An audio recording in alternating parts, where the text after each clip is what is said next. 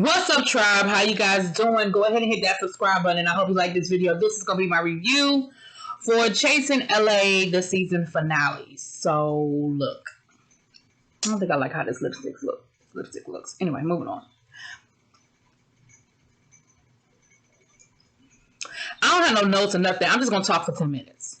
Because this finale was one long scene. That is it. That is all. We never left the damn venue. Mind you, we spent 80% of last episode at the venue, at this event.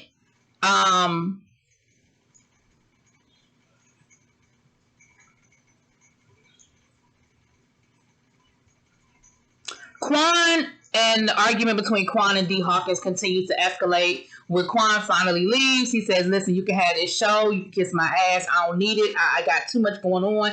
I'm dealing with death in my family. I'm dealing with a lot of personal issues, and I just cannot. So here's my issue with that. Why we don't know about nothing that's going on with Quan? The whole season. Why don't we know anything that's going on with Quan?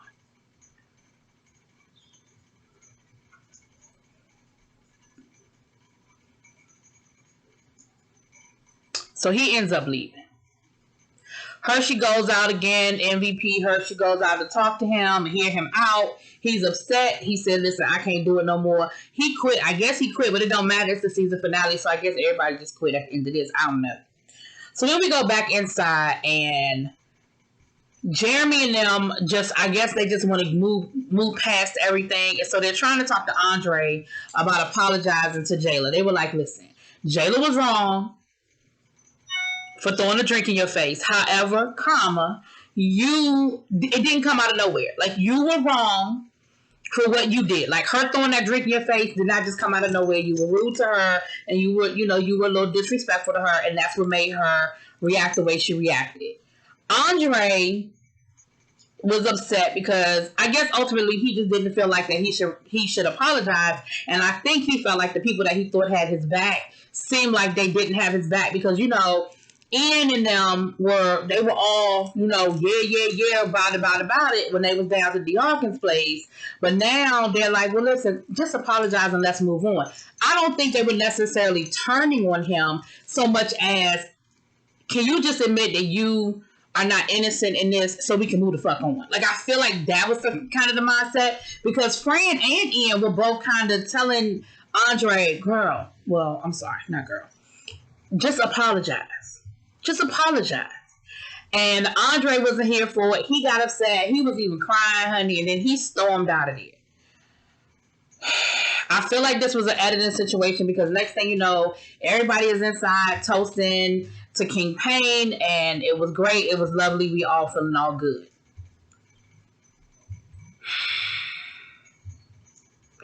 At some point in time, Andre went outside. When Andre went outside, I guess Jayla was still outside, because remember, Jayla walked away because she was like, I ain't about to sit here with Andre, because if I sit here, I'm going to punch him in his mouth. So let me go outside to make sure that I don't do something that I shouldn't do.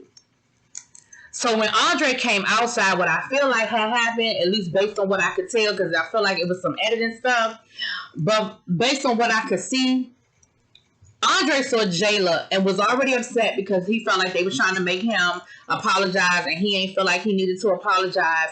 I feel like his response at that point was, he saw red. Because in his mind, here she go, and she the reason why I feel the way I feel, and she the reason why, And so he starts cussing her out. He starts calling her all kinds of dumb bitches, this and that, and blah, blah, boo, and bada, bada, bing. And at first, Jayla was sort of paying him dust. She was kind of like, boy, bye. It's whatever. Say whatever. She really wasn't entertaining it at first. But then, it's only been so many times you're going to call me a bitch. It's only been so many times, especially if I'm already mad at you anyway. I already felt like, you done snatched my wig off, and you done tried to fight.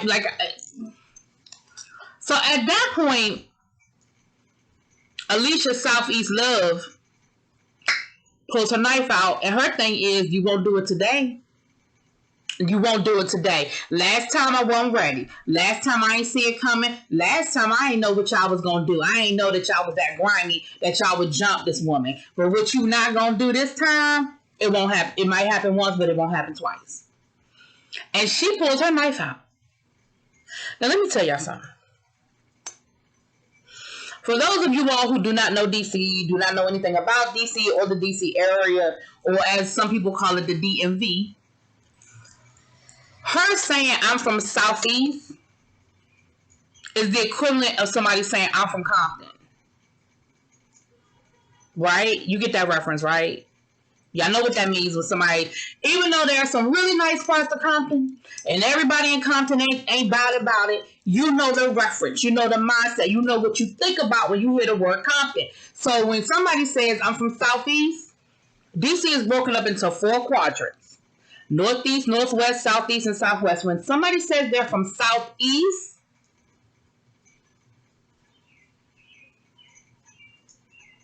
so when she kept saying I'm from Southeast DC, she was trying to let them know.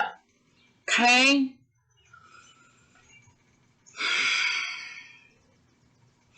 And from that point forward, it was just chaos. It was just fucking chaos.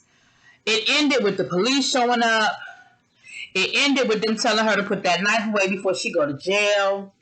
It ended with Q even on camera. And, of course, it ended with D. Hawkins and Andre once again resorting to the misgendering. And that was the end of the episode. So then we have the outros. And you know what pissed me off about everybody's outro? Every single person's outro said, I met some really nice people. When? Because we didn't see none of that. We didn't see none of that. I think we saw maybe 3 scenes the whole season that didn't end in somebody being mad and an argument of some sort.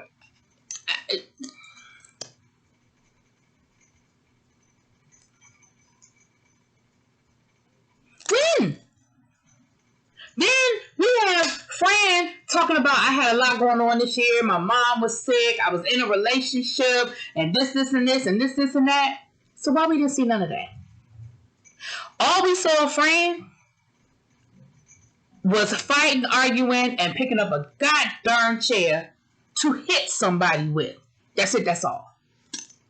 I would have loved to have even heard Fran's binary story.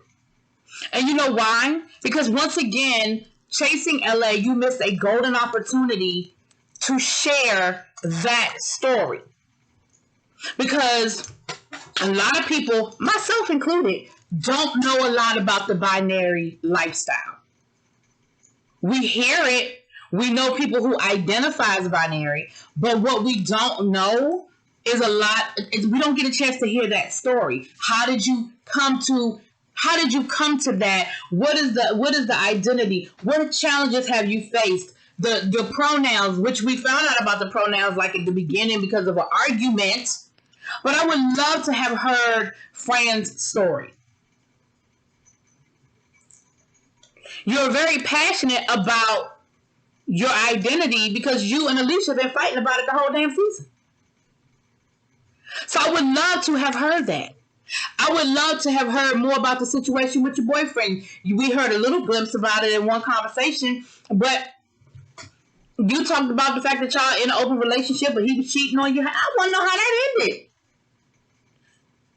Then you said your mama was sick. Was it the COVID? Was it something else? Are you the primary caregiver? Like, give me something more than what we got from you, Fran, because I walk away not liking you a whole lot. But then in your outro, I'm hearing all these other things, and I'm like, well, damn. There was a lot more there that I really wish I knew about. Quan. Same thing. Lot going on. Why we don't know nothing about it? D. Hawkins.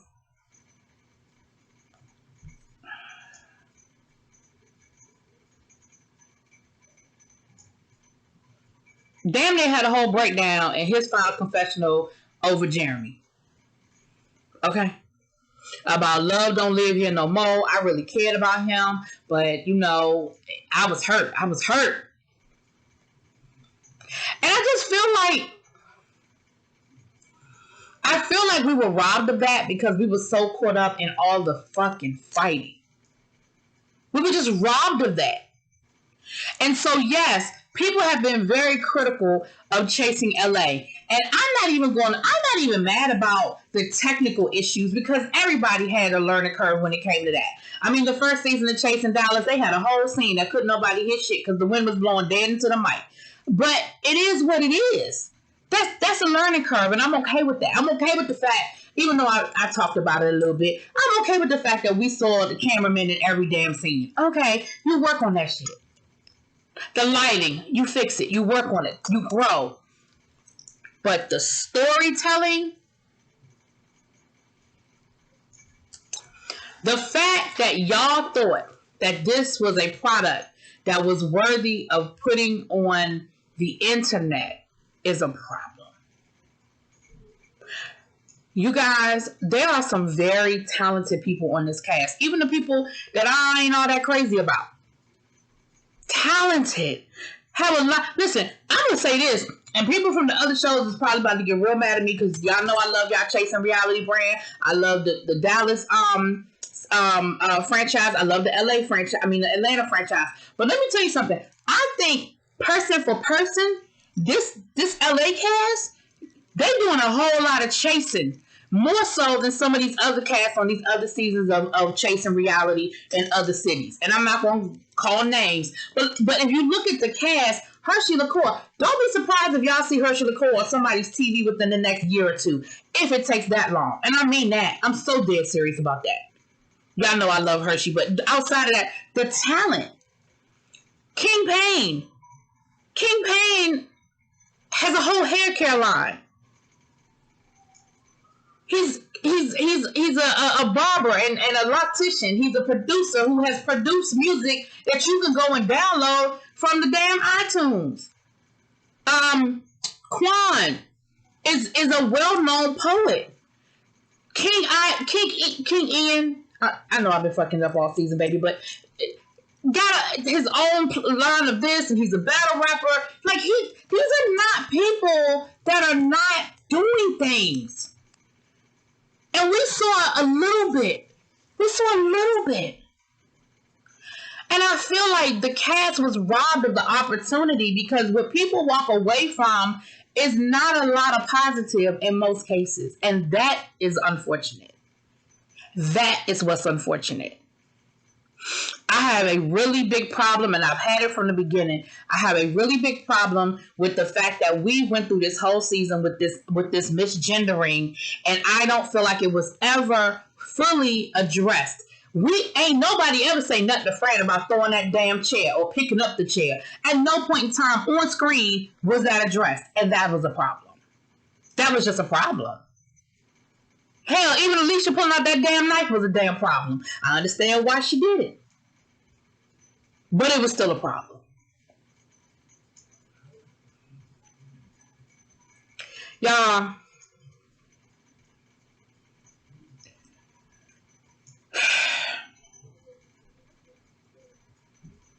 I'm going to tell you the same thing I tell my students. I fuss because I care. If I didn't care about this franchise, if I didn't care about this brand, I wouldn't give a damn. I would dog it and move on. But I do. Y'all, take the criticism and fix it. And prove us wrong for season 2. That's all I got.